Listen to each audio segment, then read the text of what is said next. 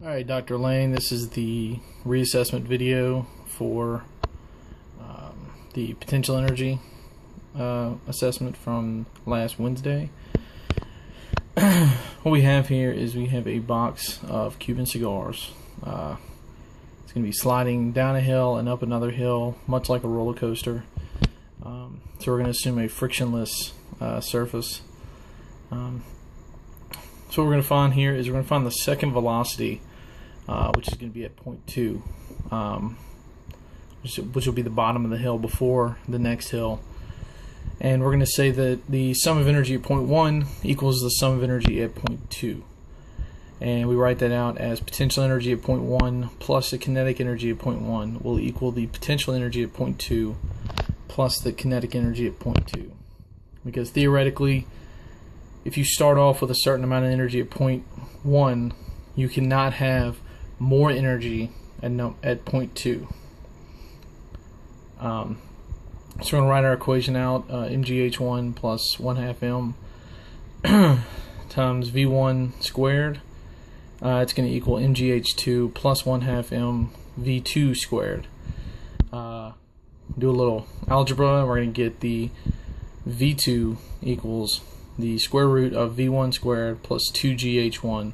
Now I got that because all the m's are going to cancel here, so we're going to have a much more simplified problem or formula.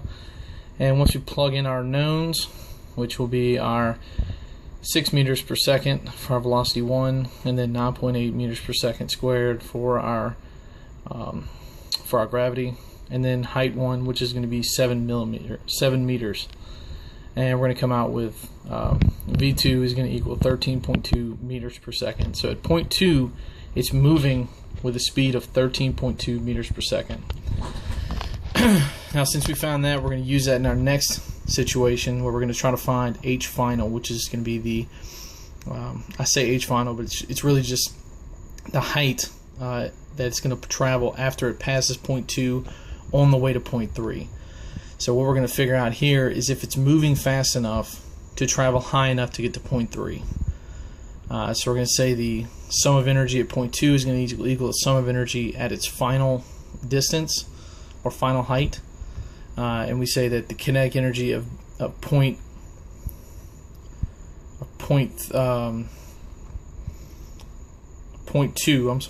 kinetic energy at 0.2 is going to equal the potential energy at its final height. So we're going to say 1/2 m times v2 squared equals mgh final. So h final is going to equal 1/2 v2 squared over g. So your final height is going to be 8.9 meters. So obviously it didn't travel high enough because this 0.3 is at 11 meters. So now we're going to figure out how fast it needs to move in order to get to 0.3. So we're going to say sum of energy at 0.1 is going to equal the sum of energy at 0.3, which is same as saying potential energy at 0.1 plus the kinetic energy at 0.1 equals the potential energy at 0.3, which is going to be written out as mgh plus 1/2 m v1 2, which is basically the second velocity, not the second velocity, but the new velocity, I guess you could say, at 0.1.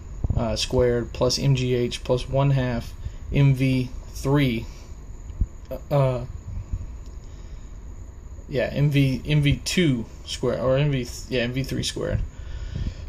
So what you're going to get here is the new velocity is going to equal the square root of 2g times the final height, height 3 minus height 1. So you're going to get a new velocity of 9 meters per second. So it needs to travel 9 meters per second at a speed of 9 meters per second in order to reach the height at 0.3. And that's it. Thanks.